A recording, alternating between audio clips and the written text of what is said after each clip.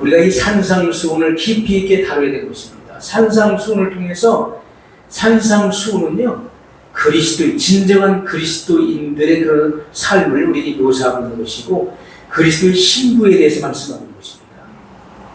신부의 모습이 어떠한지를 명확하게 우리에게 증거해주고 있는 거예요. 모든 그리스도인들에게 주님이 원하시는 것은 이 마음의 순결이에요. 마음의 순결, 마음의 헌신. 이 헌신이라고 하는 것은 우리가 몸을 바친다는 뜻이잖아요. 몸을 바치기 전에 마음이 먼저 들어지는 것이죠. 그래서 몸과 마음을 바친다는 의미입니다. 우리의 몸과 마음을 바친다. 이렇게 헌신의 마음이 있어야 되고 순결한 마음이 있어야 되는 거예요. 마음의 순결. 하나님의 사랑으로 충만되어진 그 심령 가운데 성령의 내주를 통해서 이 말씀의 능력이 나타나지게 되는 것입니다. 하나님 말씀을 살아내는 능력이 나오는 거예요. 자, 그래서 이와 같은 성령의 내주, 성령의 임재, 이러한 내적인 상태가 외부로 표출되어져야 된다.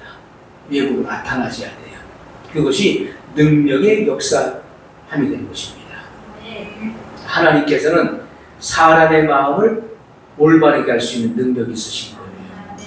나의 더럽고 추악하고 그리고 옹졸한 이 마음을 주님께 내려놓고 진실한 마음으로 간구할 때 주님은 나의 마음을 넓혀주시는 것입니다. 이 마음의 지경을 넓혀주실 수 있는 거예요.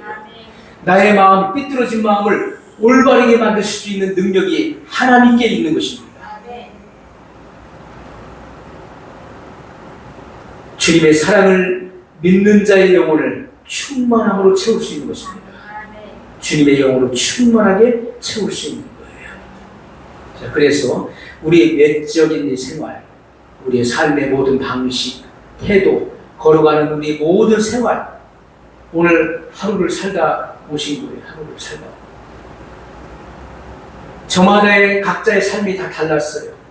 하지만 어쨌든 저마다의 삶 속에서 하루를 살다 온 것입니다. 그런데 우리 외적인 생활이 하나님께서 주시는 이런 내적 생명과 그리고 내적 능력이 외적 삶으로 드러났는가 하는 거예요. 우리 안에 부어주시는 그런 내적인 생명과 능력이 나의 실제 생활로 드러났는가 하는 거예요. 그리고 내적인 이런 삶과 외적인 삶이 일치되도록 해야 된다는 것입니다. 일치돼야 됩니다. 자, 우리가 이 성결이라고 하는 말은요, 원래 하나님의 성품에서 기인된 것입니다. 그 기원이, 이 성결의 기원은 하나님의 성품에 그 근원을 두고 있는 거예요. 하나님의 성품 자체가 거룩한 것입니다. 성결을 말하는 거예요. 자, 모든 성결은 그것이 천사의 성결이든지 사람의 성결이든지 하나님의 성품에서 그 기원을 찾을 수 있는 것입니다. 자, 그래서 우리가 하나님의 존재를 생각해 보세요. 하나님의 존재. 우리가 하나님의 이름 속에는 하나님의 존재를 담고 있는 것입니다. 이 사람이 이름을 들으면은 그 사람을 생각하게 되잖아요. 그 사람이 가지고 있는 힘과 그리고 인격과 그 영향력을 생각하게 되는 것입니다. 그의 직분을 생각하게 되는 거예요. 그렇지만 우리가 하나님, 여호와 하나님, 예수님, 하나님의 아들 예수 그리스도의 이름을 들을 때 악한 영들이 물러가는 그 원인이 무엇입니까? 그 근거가 무엇입니까? 예수님의 이름에 담겨있는 예수님의 존재, 그분의 역할, 그분의 사역이 그 속에 담겨져 있는 거예요. 그 힘의 위력이 그 이름 속에 담겨져 있기 때문에 그 이름을 듣고 두려워 떠는 것입니다.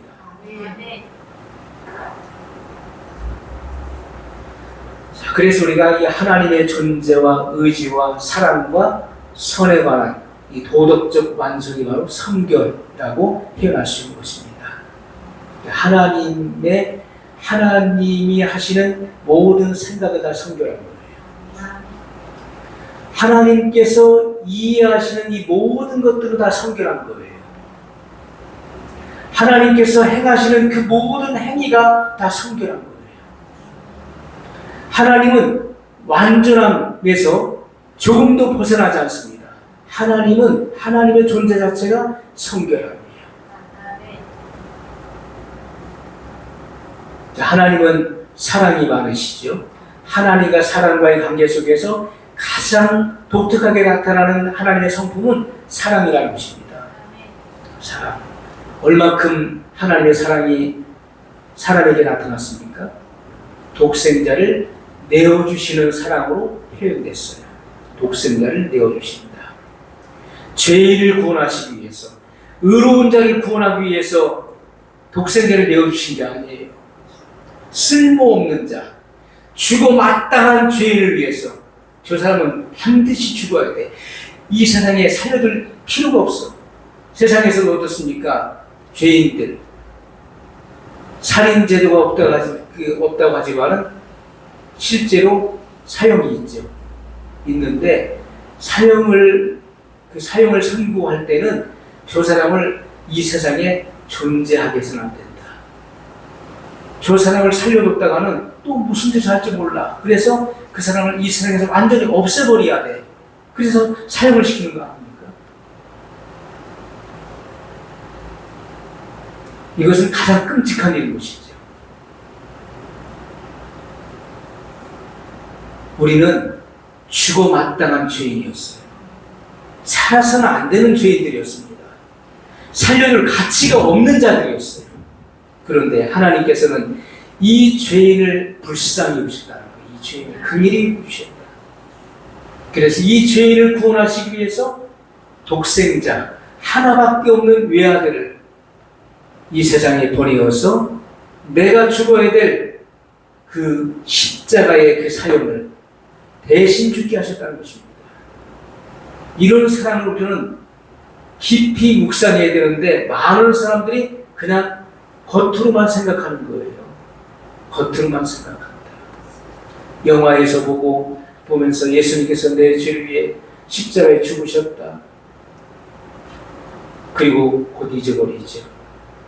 그 십자가의 사랑이 내 중심에 있지 않은 것입니다. 내 중심에 머물러 있어야 되는 것이고 내가 그 십자가 중심에 들어가 있어야 되는데 그렇지 않은 거예요. 그때뿐인 것입니다. 그래서 진실한 신앙이 되지 못하는 거예요. 진실한 신앙은 항상 염두에 듭니다. 항상 마음에 그리고 있다. 항상 마음에 새기고 있다. 이것은 세상에서는 찾아볼 수 없는 사랑이고 세상에서는 엄두도 못 내는 사랑인 거예요. 어떻게 이런 사랑이 있습니까? 세상에서는 자기한테 조금만 피해를 끼쳐보십시오. 금전적인 피해든지 아니면 어떤 몸에 피해를 끼치든지 어떤 손해를 끼치면 가만두지 않죠. 크고 작은 어떤 피해를 입었을 때 반드시 거기에 해당되는 대가를 지불하려고 하는 것이 사람의 부패한 그런 죄인의 속성인 것입니다. 내가 나한테 이렇게 했으니까 나도 너한테 이렇게 하겠다는 거예요. 그것이 죄인의 속성인 것입니다.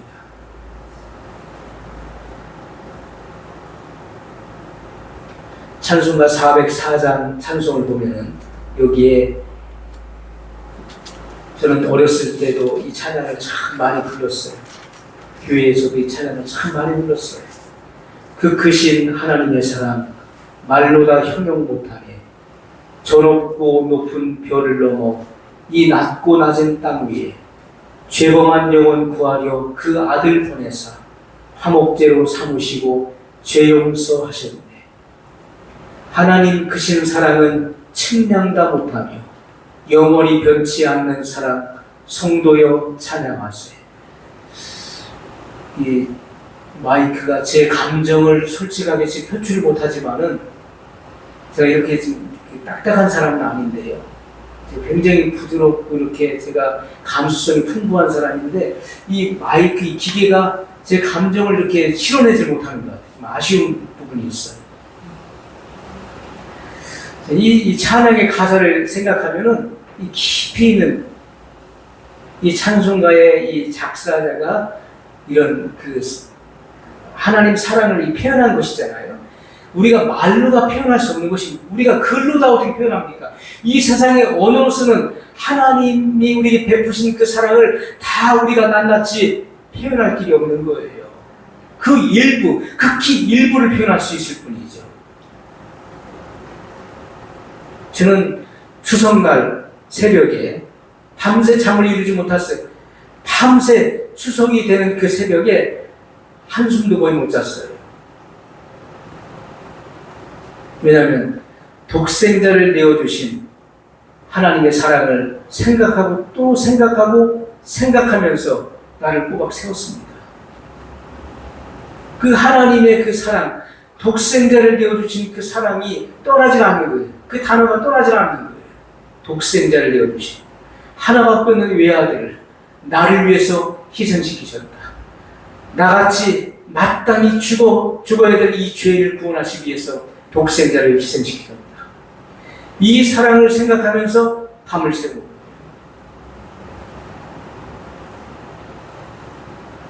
하나님의 성결한 이런 선한 영향력은 세상 사람을 향하여 불신 사회까지 뻗어나가는 것입니다. 제가 처음부터 예수님을 믿는 사람이었나요? 그렇지 않습니다. 저나 여러분이나 다 불신자들이었어요. 우리가 아직 죄인 되었을 때 하나님께서 우리를 사랑하셔서 그리스도를 이 세상에 보내셔서 희생시키신 것입니다. 하나님께서 우리에 대한 자기의 사랑을 나타내신 거예요. 내가 너를 얼만큼 사랑하는지 보라. 내 아들을 희생시켰노라. 내 아들을 너를 구원하기 위해서 내어주었노라. 이 같은 사랑을 보여주신 것입니다. 그러므로 이 같은 사랑을 경험한 사람, 체험한 사람은 주님을 위해서 죽도록 헌신하고 죽도록 충성할 수 있는 거예요. 이것은 특별한 사랑인 것입니다. 특별한 사랑을 체험한 사람은 하나님에 대해서도 우리가 특별한 사랑을 하는 거예요. 특별한 사랑의 행위를 하는 것입니다. 야, 넌 꼭 그렇게 믿어야 되냐? 꼭 그렇게까지 희생해야 되냐? 쉬엄쉬엄 해라. 그렇지가 않은 것입니다. 너무나 부족한 거예요. 너무나 부족한 거예요, 우리는. 하나님께서 나에게 베푸신 그 사랑에 비하면, 예수님께서 나에게 베푸신 그 사랑에 비한다면 내가 할 수 있는 그 사랑, 내가 지금까지 한 사랑은 너무나 미미하고 보이지도 않는 거예요. 그렇게 지극히 부족한 것입니다. 그럼 우리는 남은 생에 특별한 사랑을 해야 돼요. 특별한 사랑. 주님께 특별한 사랑을 보여야 되는 것입니다. 하나님의 성품은 사람이 도달해야 될 그런 근거가 되는 것이고 또한 표준이 된다, 기준이 되는 것입니다. 하나님의 성품에 우리가 이해해야 돼요. 그래서 성경은 우리에게 신의 성품에 참여케 하려 함이라 이렇게 말씀하는 것입니다. 신의 성품, 바로 예수 그리스도의 성품에 참여케 한다. 예수님은 너희 안에 이 마음을 품으라. 곧 그리스도 예수의 마음이니. 우리가 품어야 될 마음은 예수 그리스도의 마음이에요. 나를 구원하시기 위해서 십자가에서 희생제물을 되어주신 예수님의 그 마음, 그 성품을 우리가 품어야 되는 것입니다.